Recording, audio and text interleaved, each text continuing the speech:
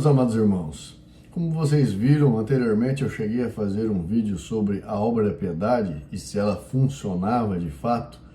E eu estava praticando aqui os estudos bíblicos quando cheguei no Evangelho de 1 a João e vi, durante aqueles estudos, uma discrepância muito grande entre o que ensina as Sagradas Escrituras e o que é praticado dentro da congregação cristã. Então resolvi fazer um novo vídeo para abordar com mais profundidade o tema a respeito da obra da piedade. Ou seja, da piedade, da caridade que nós devemos praticar uns com os outros. O famoso segundo mandamento que o Senhor Jesus deixou para nós: amar a Deus acima de todas as coisas, com todo o seu coração e o seu entendimento, e ao próximo como a ti mesmo. Vamos observar então se a congregação cristã e a obra da piedade ela pratica o segundo mandamento de fato.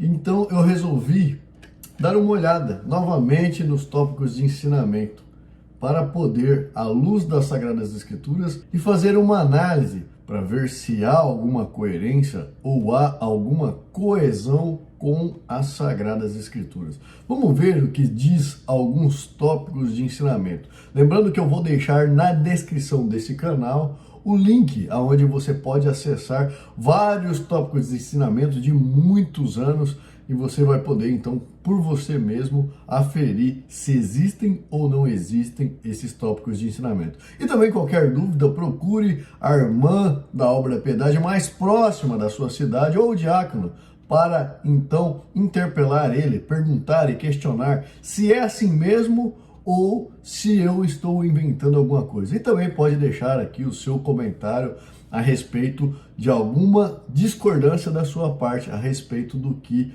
eu estou dizendo. Lembrando que é muito comum, os irmãos jogar esse tema para debaixo do tapete, esconder essa temática, fazer vistas grossas, porque essa parte ela mostra a nudez de uma obra que pratica um falso evangelho, porque muito longe está a congregação cristã do evangelho ensinado pelo nosso Senhor Jesus Cristo e os seus apóstolos. Isso porque, infelizmente, a igreja se posiciona como uma igreja apostólica. Veremos. Tópicos de ensinamento. Muitas irmãs também têm apresentado nas reuniões casos de irmãos novos na graça. Lembrando que a graça é Jesus Cristo, não é a congregação cristã, mas eles usam esse termo, constantemente. Eles se intitulam Jesus Cristo. Casos de irmãos novos na graça, sem conhecimento dos diáconos da localidade. As irmãs que trabalham na obra da piedade, embora mais velhas no ministério que o diácono, todavia deverão estar sujeitas a este, pois os diáconos receberam o dom da revelação por ocasião da ordenação pela imposição das mãos. Aonde está escrito nas Sagradas Escrituras que o diácono ele recebe um dom de revelação na imposição da mão no momento que ele é ordenado? Por favor, esclareça para mim, porque eu necessito aprender. Eu quero caminhar pela verdade, eu não quero andar pelo engano. Deixa nos comentários aonde está escrito que somente o diácono ele vai receber o dom e só quando ele for ordenado com imposição de mãos. Esse dom da guia e da revelação. Devemos fazer tudo com a revelação e guia de Deus, pois caso contrário, faremos muito pela nossa boa vontade. Peraí, mas sabendo da necessidade, nós devemos atender ou não devemos atender afinal? Devemos ou não devemos atender ao tomar conhecimento de algum irmão que está necessitado? Aqui está dizendo que as irmãs, embora tenham mais experiência e mais anos, neste cargo, elas devem submeter ao diaconato para que ele que recebeu o dom possa então decidir a respeito do fato. E o fato do irmão ser novo na graça, ser novo na igreja, perdoa, é o costume, ainda está enraizado. E o recém-chegado, o novo na igreja, ele não pode ser atendido só porque ele é novo nesse meio, nessa comunidade? Outras questões. Muitas pessoas, após batizadas, procuram a obra da piedade para poderem obter o necessário para poderem sobreviver em virtude de precária situação em que vivem, cujos fatores principais são crise de emprego, salário baixo, aluguéis elevados, favelados, enfermos sem dinheiro e assistência, famílias que imigram e outros problemas de ordem social que assola a classe humilde. Temos que pedir a Deus a iluminação e a guia para atender os realmente convertidos. Caso contrário, a obra da piedade transformar-se-á em assistência social, e ninguém mais buscará a salvação da alma, mas somente os meios de assistência e sobrevivência. Mas que coisa estranha esse tópico, falar sobre se os irmãos, só porque ele acabou de batizar, ele está procurando, e olha o que o tópico diz, né? Para obter o necessário para poder sobreviver. Meu Deus! O irmão está buscando assistência para poder obter o necessário para sobreviver. Então tem que orar para ver se é confirmado, não pode atender. Peraí, mas aonde nas Sagradas Escrituras está escrito isso? Sendo que o próprio tópico diz que o irmão ele está querendo só o necessário para sobreviver, porque está em situação precária. Meu Deus, nós vemos que está muito longe do evangelho que nos ensinou nosso Senhor Jesus Cristo.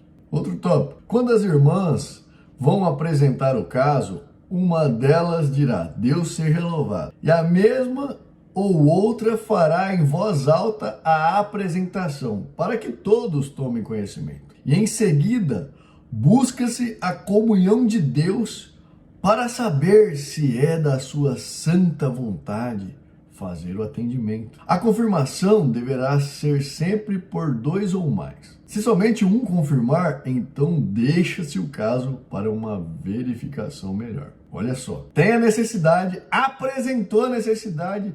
Se só um se manifestar, todo mundo vai ter que ficar quieto e não vai poder atender mesmo tomando conhecimento. Que absurdo, que absurdo. Aonde está escrito isso? Nas Sagradas Escrituras, por favor. Era isso que Cristo e os apóstolos nos ensinavam? Havendo a necessidade em ser feito atendimento com roupas, deve-se preencher o formulário. O atendimento com roupas deve ser somente para os domésticos da fé, filhos de nossos irmãos, maiores de idade, não crentes ou desviados, não devem ser atendidos, evitando-se murmuração por parte da Irmandade. Nossa, eu não entendi, foi nada. Peraí, atendimento com roupa deve preencher o formulário, ok. Mas então não pode atender pessoas que não sejam da congregação? Então o Senhor Jesus ensinou a fazer acepção de pessoas? Quer dizer que nós devemos então fazer acepção de pessoas? Só pode atender quem for da comunidade? É isso que nos ensina as Sagradas Escrituras? Eu acho que no capítulo 2 do Evangelho da Epístola de Tiago, não disse isso. Mas talvez o apóstolo estava equivocado, Tiago, irmão de Jesus. E, pasmem, o atendimento com roupas deve ser somente para domésticos da fé. Aí vem a parte que é confusa. Filhos dos nossos irmãos, maiores de idade, não crentes ou desviados, não devem ser atendidos.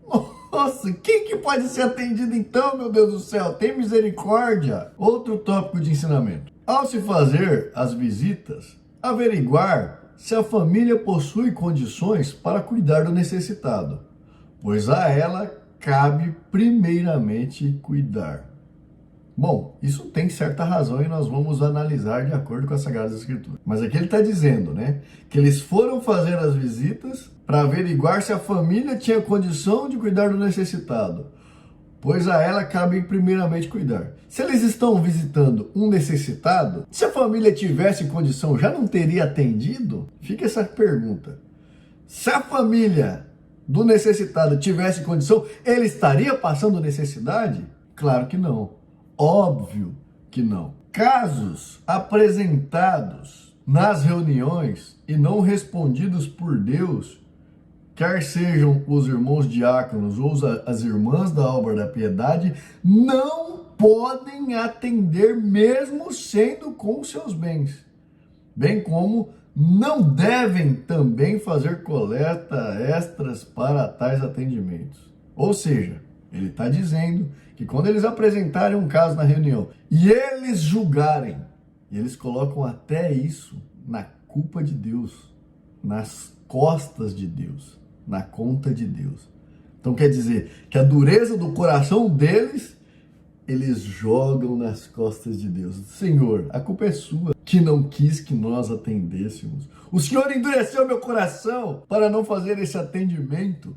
Então, se Deus não confirmar na reunião, não importa que o irmão esteja passando fome, não importa que a família não atendeu ele, não importa que ele não tenha ninguém. Deus não confirmou. Irmã, você tem dinheiro, eu sei. Não vai atender aquele irmão, viu? Não pode atender ele com o seu próprio dinheiro. Não pode. É proibido. Assim diz a sã doutrina, o santo ensinamento de Deus. Porque usam o nome sagrado, imaculado do nosso Deus. Que absurdo. Vamos ver então o que diz a respeito dessa questão familiar. Lembrando que se eles vão lá e veem o necessitado e eles acham que a família com condição vai deixar ele necessitado, alguma coisa está errada, né, meus amados irmãos? E a gente vê constantemente irmãos dizendo assim, você tem que ficar calado e orar. Eu gostaria que o irmão deixasse no comentário aonde que está escrito isso.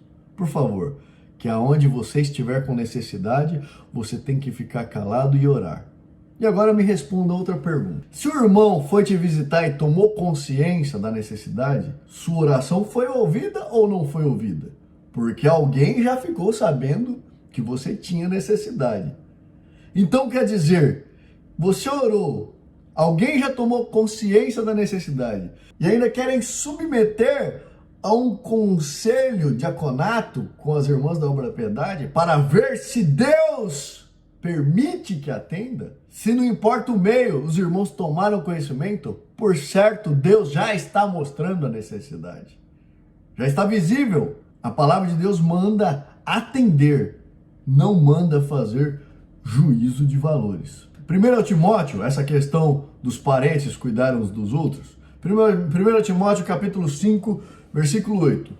Se alguém não cuida de seus parentes, e especialmente dos da sua própria família, negou a fé e é pior que um descrente.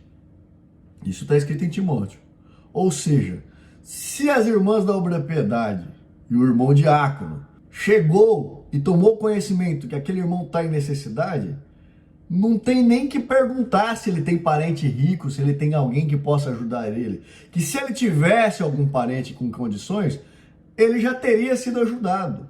E se os parentes têm condição e não ajudam, os parentes responderão perante Deus. E vocês deveriam atendê-lo, mesmo sabendo que tem alguém que tinha condição. Porque vocês tomaram conhecimento, viram a necessidade. E se não foi atendido, foi porque o parente está transgredindo a palavra de Deus. E vocês também estão transgredindo, porque estão fazendo juízo de valor quando Deus, através da sua palavra, manda nós atender o necessitado. É isso que diz. Então, se o familiar tem condição, ele tem que ajudar. Se não, ele negou a fé, ele é pior que um descrente. Não adianta nem falar que é crente, porque não é. Por quê?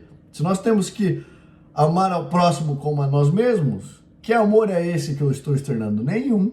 Estou descumprindo, um mandamento do nosso Deus, do nosso Senhor Jesus Cristo. Tiago, capítulo 2, versículo 14 ao 17. De que adianta, meus irmãos, alguém dizer que tem fé se não tem obras? Acaso a fé pode salvá-lo?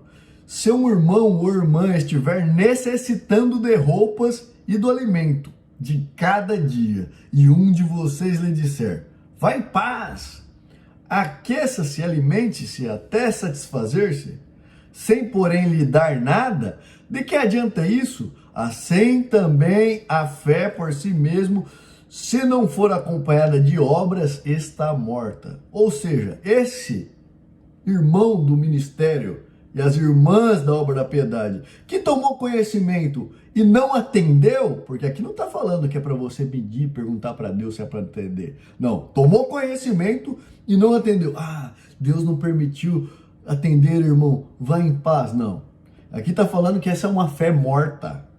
Uma fé morta. Assim como em Timóteo disse, negou a fé, é pior que um descrente. E aqui Tiago está falando, é uma fé morta. Essa fé não pode te salvar, porque não tem obra, não tem caridade, não tem misericórdia na sua fé. Essa é a obra que teria que ter a sua fé.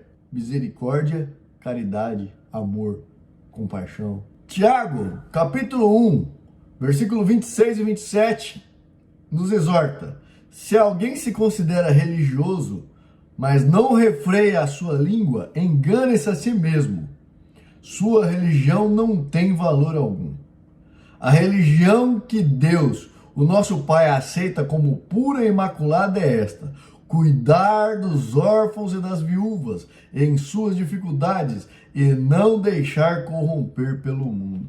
Duas coisas importantes: a língua, né?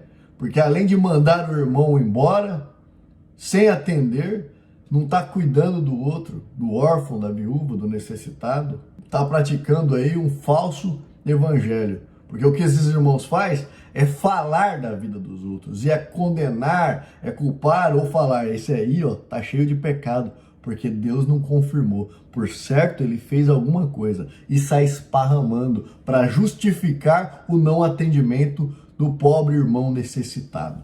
É isso que acontece. Em 1 de João 3, no versículo 16 a 18, diz: nisto conhecemos o que é o amor. Jesus Cristo deu a sua vida por nós e devemos dar a nossa vida por nossos irmãos. Se alguém tiver recursos materiais e vendo o seu irmão em necessidade não se compadecer dele, como podemos permanecer nele o amor de Deus? Filhinhos, não amemos de palavra nem de boca, mas em ação e em verdade. Ou seja, Jesus Cristo, ele deu a sua vida por nós, incentivando-nos, ensinando-nos a dar a nossa vida pelos nossos irmãos.